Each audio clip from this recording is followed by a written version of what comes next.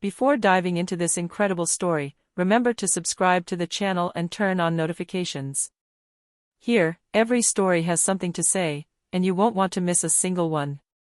The restaurant was quiet, barely disturbed by the soft clinking of cutlery on china. The dim lighting made the crystal glasses sparkle like stardust, and the subtle aroma of fine dishes wafted through the air. At a secluded table near the bay window overlooking the sleeping city, a small disabled boy struggled with his fork. His hands trembled slightly, and each bite was a small challenge. Seated opposite him was his father, a billionaire known for his financial empire, impeccably dressed in a suit, his gaze distant, his features harsh. He was used to controlling everything in his life, his businesses, his image, even the smallest details of his appointments. But tonight, nothing seemed under control. His son's focused expression and his awkward attempts to eat made him uneasy. That's when he noticed the waiter approaching. A black man with a discreet smile and gentle gestures. Rather than simply setting down the plate and walking away, he almost knelt down, adjusted the spoon so the child could eat, checked that each bite was properly positioned, and spoke in a low voice to reassure the boy. Every movement was precise, patient, attentive, but above all, imbued with a human warmth the billionaire had never encountered in his luxurious boardrooms. The billionaire felt a surge of emotion that he tried to suppress. How could a mere waiter possess such dignity and attentiveness? He watched the scene, mesmerized by the man's patience and gentleness. The boy was now smiling, encouraged, finally eating without frustration. Then, with a surge of energy he had never known before, the father stood up. Each step towards the waiter seemed to slow down time. He placed a hand on his shoulder, and in a voice that barely trembled, he murmured, "Thank you, for everything you do for my son." The waiter looked up and replied simply, with a calmness that resonated like a raw truth. "It's an honor, sir. Every child deserves to feel supported." At that moment, the billionaire felt a crack in the wall of coldness he had built around his heart. He realized that all the money, all the power in the world was worthless compared to this simple, pure, and authentic humanity. This gesture, invisible to most of his clients, would change his life forever. That night, on his way home, he made a decision that would transform his worldview. From then on, he would invest in compassion, generosity, and helping disabled children. And he began to understand that sometimes, greatness isn't measured in millions, but in acts of kindness. The next morning, in his light-filled penthouse, the billionaire, Gabriel Moreau, barely slept. Since the scene at the restaurant, a new turmoil gripped him. Every detail replayed in his mind, the waiter's patience, his son's courageous smile, the purity of that selfless gesture. He stood up, dressed in a simple suit this time, without a tie, and looked down at the city below. The skyscrapers reflected the rising sun, but none of them seemed as bright as the small, confident look his son had given him the night before. Gabriel called his assistant, Clara, an efficient and frank woman, used to handling his ruthless financial decisions. "Clara, prepare my meetings with charitable foundations and associations for disabled children. I want to understand where my help is most needed, and immediately." Clara raised an eyebrow, surprised by this sudden burst of generosity. "You mean, investing in charitable causes?" "Not investing. Participating, changing things, being present. Not just money, Clara. Real change." Meanwhile, a few miles away, Marcus, the black waiter who had touched Gabriel and his son, was starting his day. He was preparing to welcome the usual customers, but something inside him had changed. Last night, he had only done the right thing for the little boy. But he didn't know that his action had set in motion a chain of events that would change the life of one of the most powerful men in the country forever. At the restaurant, Gabriel appeared at noon, accompanied by his security and Clara. He approached Marcus, but this time with a different look, respect, admiration, and a sincere curiosity for the man behind this gesture. "Marcus, I want to talk to you, really talk. Your actions yesterday. I will never forget what you did for my son." Marcus looked at him, wary but intrigued. "Thank you, sir, but I was just doing my job." Gabriel smiled, a smile unlike any he usually reserved for his business partners. You don't realize the impact this has had. I want you to guide me. I want to learn from you, and perhaps change my life because of you." Marcus remained silent, then understood that this moment was the beginning of something extraordinary. He didn't yet know where this encounter would lead them both, but he felt that their lives would be forever changed. This marked the beginning of a new era for Gabriel Moreau, a life where money would no longer be the center of everything, but where kindness and humanity would guide his choices. And for Marcus, it was an opportunity to show that a simple gesture, an act of the heart, could change not only a child, but an entire empire. In the days that followed, Gabriel Moreau couldn't get the image of the little boy and Marcus out of his mind. Every meeting, every financial decision suddenly seemed meaningless compared to the humanity he had seen at the restaurant. He began with a symbolic but powerful gesture, transforming part of his empire to support disabled children. He summoned his directors to the large conference room, usually the scene of cold and calculated decisions. "I've made a decision," he announced in a firm but uncharacteristic voice. "From now on, a portion of our profits will go directly to programs for disabled children. And I want to be personally involved in these initiatives." The directors exchanged surprised glances. Gabriel Moreau wasn't known for this kind of outburst. One of them dared to ask, "Sir, this will affect our profit margins." "Are you sure?" "It doesn't matter what the margins are if it changes a life. We're not just building an empire, we have a responsibility to make a difference." Meanwhile, Marcus continued his work at the restaurant, humble and unassuming. He didn't yet know that Gabriel would come back to offer him a more important role. But the very next day, the billionaire appeared, this time accompanied by his smiling son and Clara. "Marcus," said Gabriel with a mixture of gravity and admiration, "I want you to come and work with us. Not as a waiter, but to help me understand what these children truly need. I want you to be my guide." Marcus remained silent for a few seconds, taking the offer in. Working for a billionaire was inconceivable to him, but he felt this wasn't just any ordinary offer. It was a chance to change lives, to give a voice to those who are often ignored. "Sir. I don't know what to say." "Simply say, yes, if you're ready to make a difference." The little boy, sitting next to his father, reached out to Marcus and said, "You're staying with us, right?" That simple word melted Marcus's last vestiges of resistance. He smiled and nodded. "Yes. I'm staying." Gabriel then understood that this moment sealed the beginning of a unique partnership. It wasn't just about money or power. It was the meeting of two worlds, that of a billionaire capable of transforming his empire for good, and that of a simple man, whose heart had already done what money could never buy. From that day on, all three of their lives would change dramatically. Gabriel would discover that true wealth lies in kindness, Marcus would understand that even a humble gesture can open unexpected doors, and the little boy would grow up surrounded by people who loved him for who he was, and not for what he represented. Gabriel and Marcus quickly embarked on their joint project. The billionaire mobilized his teams, contacts, and resources, while Marcus contributed his direct, on-the-ground experience and his knowledge of children with disabilities and their needs. Together, they created a pilot program designed to provide personalized support to children, including adapted equipment and educational and emotional assistance. But very quickly, they were confronted with reality. The first meeting with the heads of certain charitable organizations was a shock for Gabriel. "Mr. Moreau," said one of the coordinators skeptically, "you can't just show up with money and expect everything to change. These children need consistency, trust, and it's not a matter of marketing or one-off donations." Gabriel nodded, a little surprised by the frankness. He realized that his habits as a business executive wouldn't suffice here. This wasn't a negotiation or an acquisition he was conducting. This was human life, fragile and complex. Marcus, for his part, remained calm. He had anticipated this reaction. "We are not here to impose anything," he explained. "We want to learn, understand, and build with you, not in your place." Despite this humble approach, some colleagues remained hesitant. Some doubted Gabriel's sincerity, believing it was a public relations stunt. Others worried that Marcus, while competent, might not be able to navigate an environment dominated by money and power.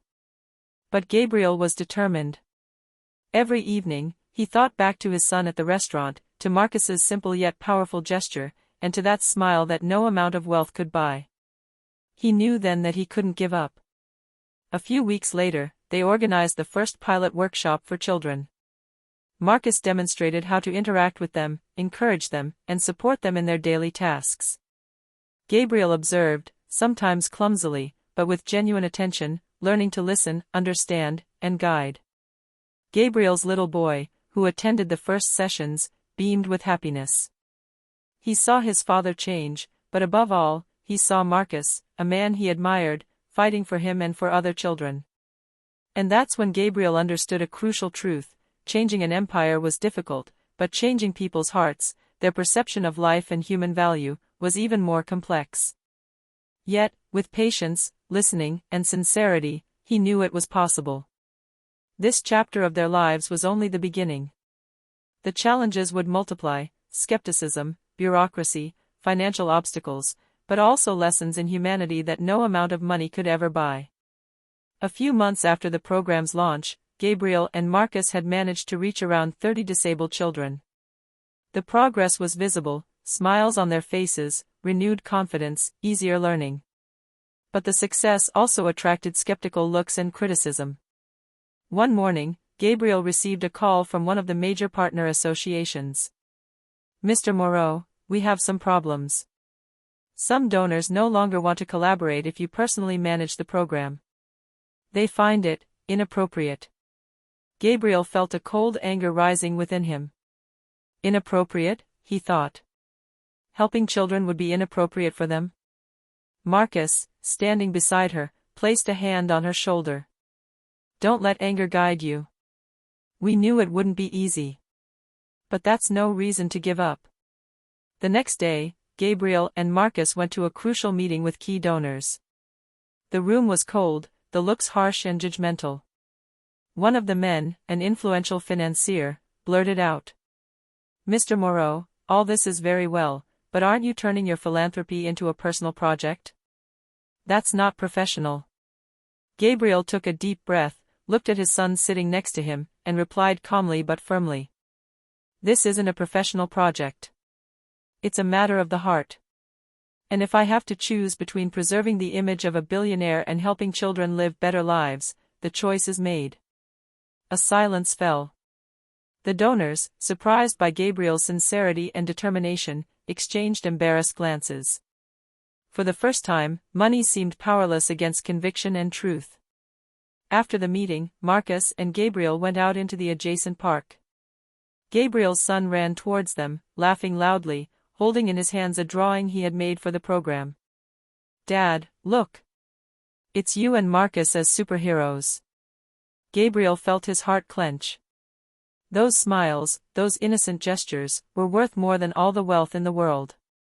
He now knew that every obstacle, every criticism, was just a step on the path to truly making a difference.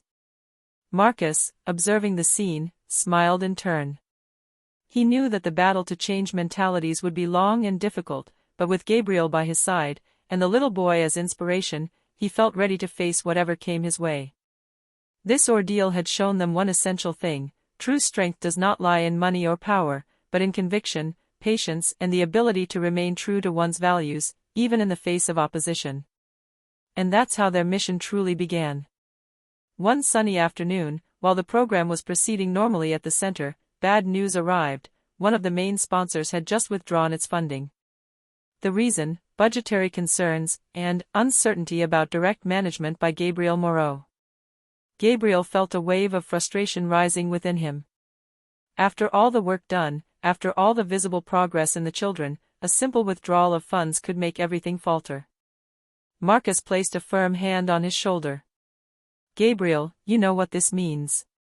But it doesn't mean all is lost. The children don't need sponsors to move forward, they need us." Gabriel took a deep breath. He knew Marcus was right, but it was hard to accept the idea that the money, so vital to the logistics of the program, could disappear overnight.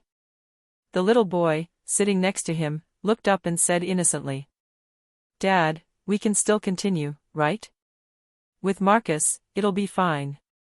Those simple words, spoken with confidence and gentleness, struck Gabriel to the core. Money was nothing compared to willpower and love. He looked at Marcus, who nodded silently. Together, they would find a solution. Gabriel then made a bold decision: he would personally mobilize his own resources to ensure the immediate continuity of the program.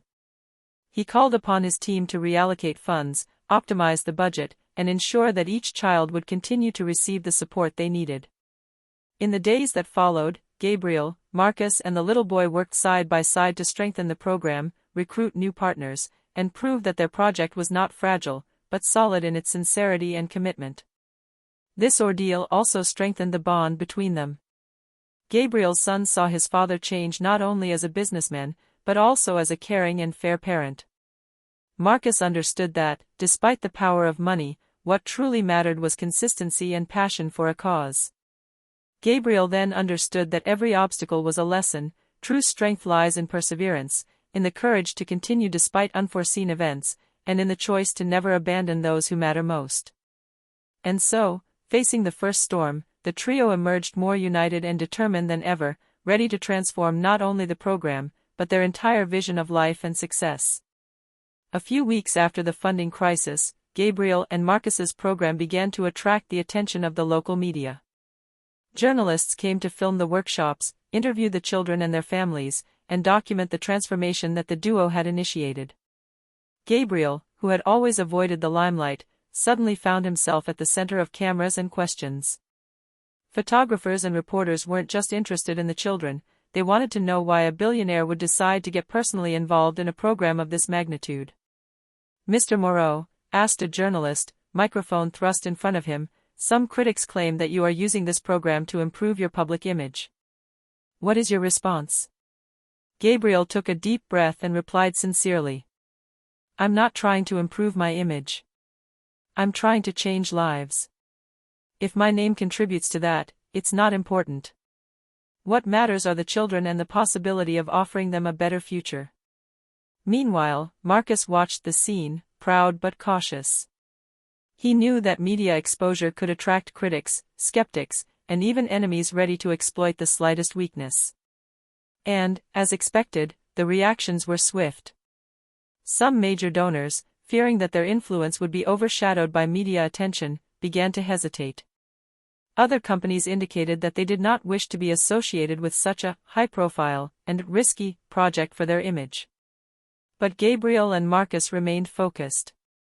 They understood that visibility, although daunting, was also an opportunity to show the public that true philanthropy is not a calculated act, but a sincere commitment. The little boy, seeing his father in front of the cameras, took his hand and whispered, "Dad, they see the good things you're doing. Keep going, okay?" Gabriel smiled and shook his son's hand with emotion. At that moment, he understood that the most important support was not that of donors or the media, but that of the children and families they were supporting. This chapter in their story marked the beginning of a new phase, exploring the power of the media, confronting skeptics, and solidifying their mission. Every success would now be exposed, every mistake could be scrutinized. But Gabriel and Marcus had understood one essential thing: when your heart guides your actions, even under the spotlight, the truth always comes out in the end. A few months after the program gained traction, a series of unexpected difficulties began to emerge. Gabriel and Marcus received reports of missing equipment, suppliers canceling deliveries, and volunteers dropping out at the last minute. At first, they thought it was just poor organization or coincidences, until they discovered the truth: someone was deliberately sabotaging their efforts. One evening, after an exhausting day reorganizing the workshops, Gabriel and Marcus received an anonymous call. "Do you really think you two can change things on your own? Children are a noble cause, but some of us don't want you to have that success." Marcus frowned. "Who are you? What do you want? I warned you. Keep going and you'll see what it costs." Gabriel felt his heart clench. He had always known that success would attract jealousy, but seeing the threat materialize in the shadows was something else entirely. Yet, he showed no fear. "Marcus," he said calmly, that won't stop us. It's time to show that we're not alone and that our cause is stronger than their threats. The next day, they organized an emergency meeting with all the families and volunteers involved. Gabriel spoke. Some try to discourage us. But every smile we've seen, every step forward we've made, is proof that we're doing the right thing. Together, we can overcome any obstacle. Marcus, true to his reassuring calm, added. We know it won't be easy. But we will never give up. Every child here deserves for us to continue, and we will, no matter what. Inspired by their determination, the families and volunteers redoubled their efforts. The little boy, who had been watching the adults with concern, rushed towards Gabriel and said, Dad, we can do it. I know we can. Gabriel felt a surge of intense emotion. It was a reminder that true strength comes not from power or money, but from resilience and unity. Together, they began to devise a plan to identify the saboteur and secure the program, transforming the threat into a driving force to strengthen their resolve and solidarity. This was a pivotal moment. Gabriel understood that their mission went beyond traditional philanthropy. It was a fight for justice, for dignity, and for every child's right to receive care and love. And with Marcus by his side, he knew that no shadow could dim their light. A few days after the repeated incidents, Gabriel and Marcus put in place a discreet plan to monitor deliveries, check access to the center, and observe suspicious behavior. Every action was meticulously noted, every anomaly analyzed. One afternoon, while Marcus was checking supplies with one of the volunteers, he noticed a familiar figure creeping near the storeroom. The man seemed to know the place perfectly. Marcus immediately alerted Gabriel. Gabriel. I think we know who's behind all this. Gabriel, his heart pounding, walked towards the man with determination.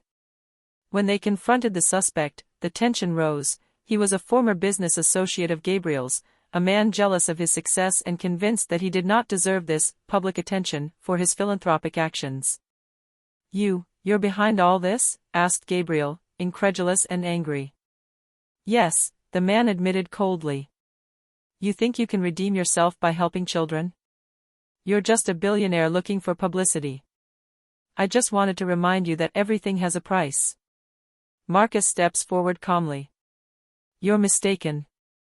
This isn't about publicity. It's about the heart. And nothing you do can change that. The little boy, who had watched the scene from a distance, approached Gabriel and took his hand, as if to convey courage and confidence to him. Gabriel, rising to his feet with strength and composure, faced his opponent. You tried to stop us. But you failed. The children, the families, and even Marcus are here with me.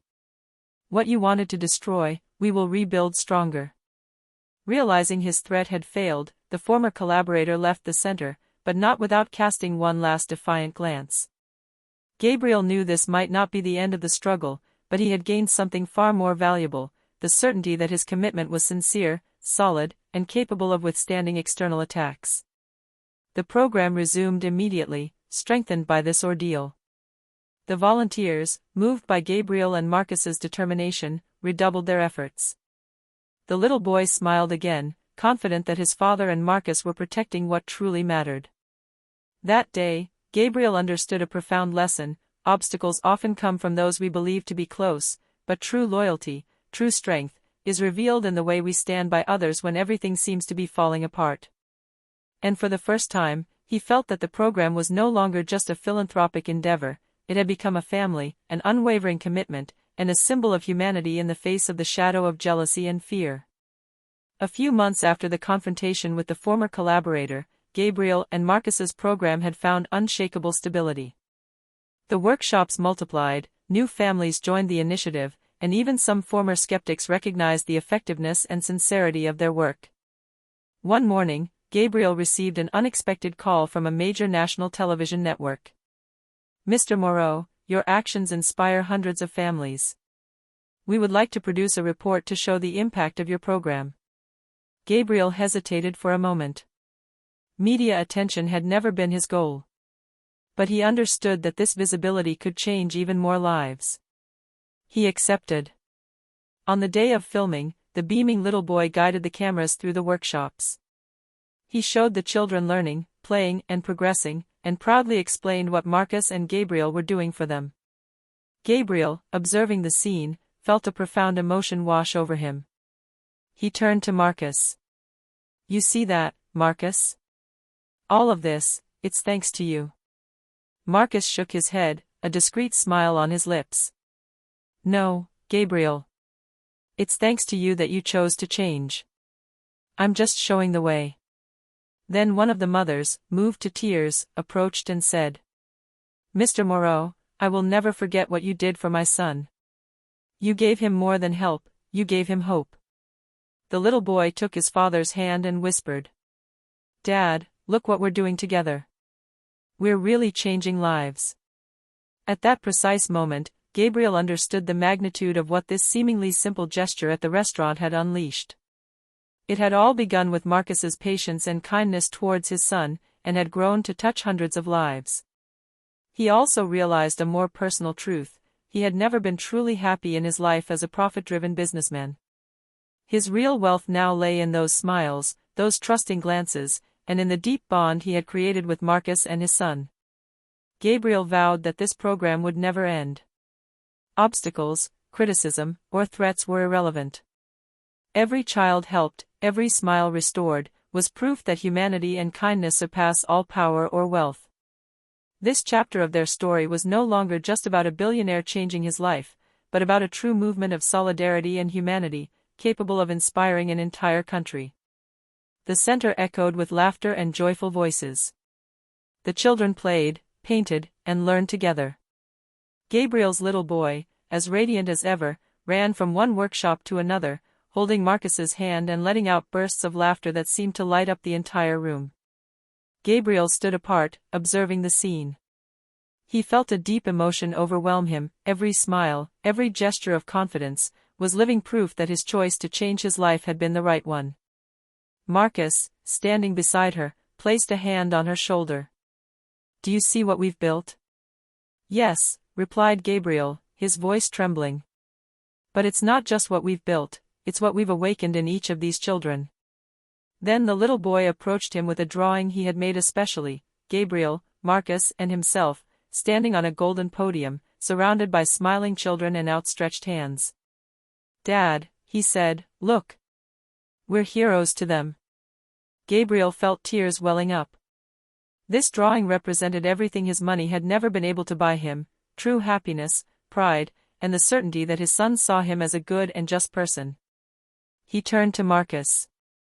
"You know, yesterday, I thought I had to control everything, plan everything to succeed. But real success, that's it." Marcus smiled. "Exactly. And you understood that thanks to that little boy and the humanity you let into your life."